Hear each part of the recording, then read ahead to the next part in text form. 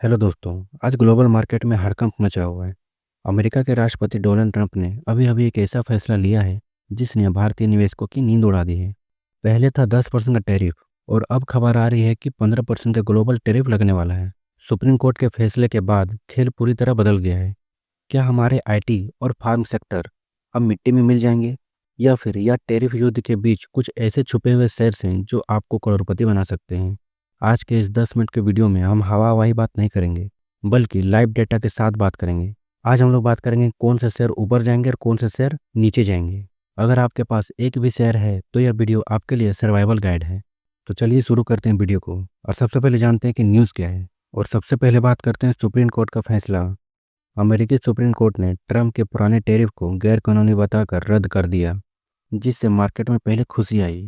फैसला आते ही ट्रंप ने एक नए कानून सेक्शन 122 के तहत 10% से बढ़ाकर 15% का टैरिफ ऐलान कर दिया है। इससे भारतीय बाजार में भारी उतार चढ़ाव हो रहे हैं, और अगर डॉलर की बात करें तो 91 के करीब पहुंच चुका है।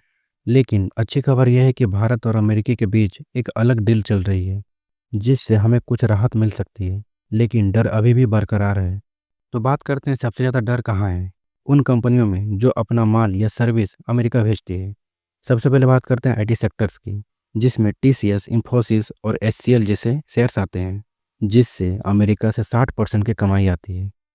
टैरिफ बढ़ाने का मतलब है उनकी सर्विस महंगी हो जाएगी।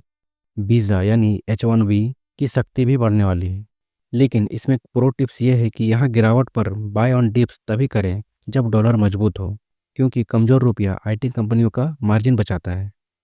बात करें फार्मा सेक्टर्स की तो सन फार्मा और डॉक्टर रेड्डी स्टॉक्स आते हैं, जो भारत अमेरिका को 40% जेनेरिक दवाएं देता है। हालांकि दवाएं जरूरी चीज़ों में आती है, फिर भी टैरिफ से मुनाफे पर असर पड़ेगा। लेकिन इसमें भी अच्छी खबर यह है कि भारत यूएस के डील फार्मा को छूट मिलने की उम्मीद है। अब बात करेंगे उन सेक्टर्स की जिनमें बढ़ोतरी देखने को मिलेगी। जब बाहर आग लगी हो तो घर के अंदर रहना सुरक्षित है, यही फॉर्मूला शेयर बाजार में भी चलता है। तो बात करें एफएमसीजी और रिटेल सेक्टर्स की तो टाटा कंज्यूमर, रिलायंस रिटेल और हिंदुस्तान यूनिलीवर, ये कंपनियां भारत में सामान बेचती है। इन्हें ट्रंप के टैरिफ से कोई लेना देना नहीं है। इन शेयरों में बढ़ोतरी देखने को मिल सकती है, क्योंकि जब विदेशी निवेशक मतलब फॉरेन इन्वेस्टर्स एक्सपोर्ट वाले शेयरों से पैसा निकालेंगे तो इन सेफ घरेलू शेयरों में पैसा डालेंगे। और बात करें ऑटो सेक्टर्स की तो मारुति सुजुकी या महिंद्रा जैसे नाम जिनका फोकस भारतीय मार्केट पर ज़्यादा है, तो इस तरह के एक्सपोर्ट वाली कंपनियां भारत में बढ़िया प्रदर्शन करेगी। मतलब इनके ग्रो होने के चांसेस है, इनमें बढ़ोतरी देखने को मिलेगी। अब बात करते हैं उन सेक्टर्स की जो ज्वेलरीज, टेक्सटाइल और जेम्स से रिलेटेड आते हैं।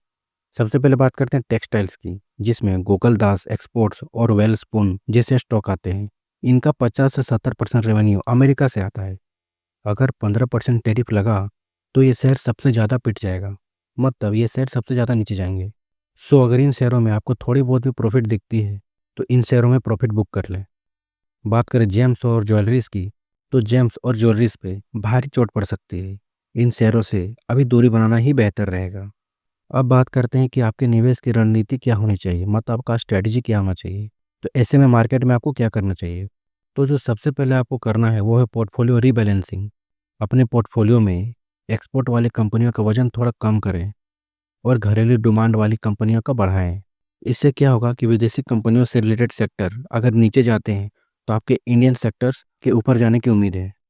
और दूसरी बात करें तो अभी सारा पैसा ना लगाएं, मार्केट में उतार चढ़ाव रहेगा ही। कैश बचा कर रखें ताकि अपनी गिरावट पर बेहतरीन शेयर खरीद सकें, क्योंकि 23 से 26 फरवरी के बीच भारतीय डेलीगेशन वाशिंगटन जा रहा है। वहाँ से कोई अच्छी खबर आई तो मार्केट रॉकेट बन जाएगा। सो अगर ओवरऑल कंक्लूजन की बात करें, ट्रम्प का टैरिफ एक चुनौती तो है, लेकिन भारतीय अर्थव्यवस्था इतनी मजबूत है कि हम इससे उबर जाएंगे। इसलिए डरिए मत, बस समझदारी से निवेश करें। आपको क्या लगता है कौन सा शेयर इस बार बाजी मारेगा? कमेंट में ज़रूर बताएं। अगर आपको यह डीप एनालिसिस पसंद आया हो तो हमारे चैनल को सब्सक्राइब जरूर करें।